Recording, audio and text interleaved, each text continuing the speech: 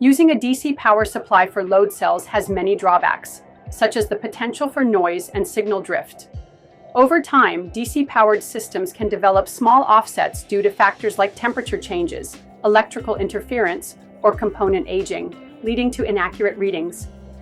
This can be particularly problematic in applications that require high precision, such as industrial weighing systems or scientific measurements. Another issue with DC power is its sensitivity to fluctuations. If the power supply is unstable or experiences even minor voltage variations, the load cell's response can become inconsistent, causing measurement errors. On the other hand, using an AC power supply for load cells can provide several key advantages.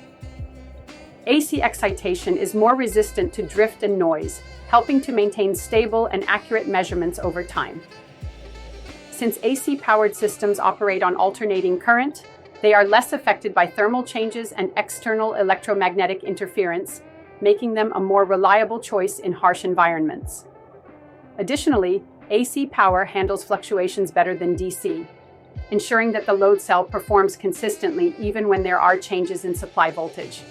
This makes it a preferred choice in industrial settings, where power stability is crucial and AC power is the standard.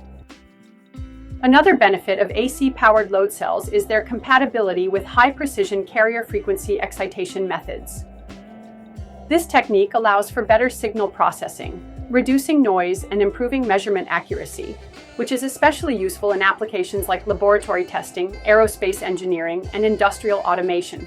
While DC-powered load cells still have their place, particularly in low-power, battery-operated, or portable applications, AC power often provides a more stable, accurate, and reliable solution, especially for long-term or high-precision measurements.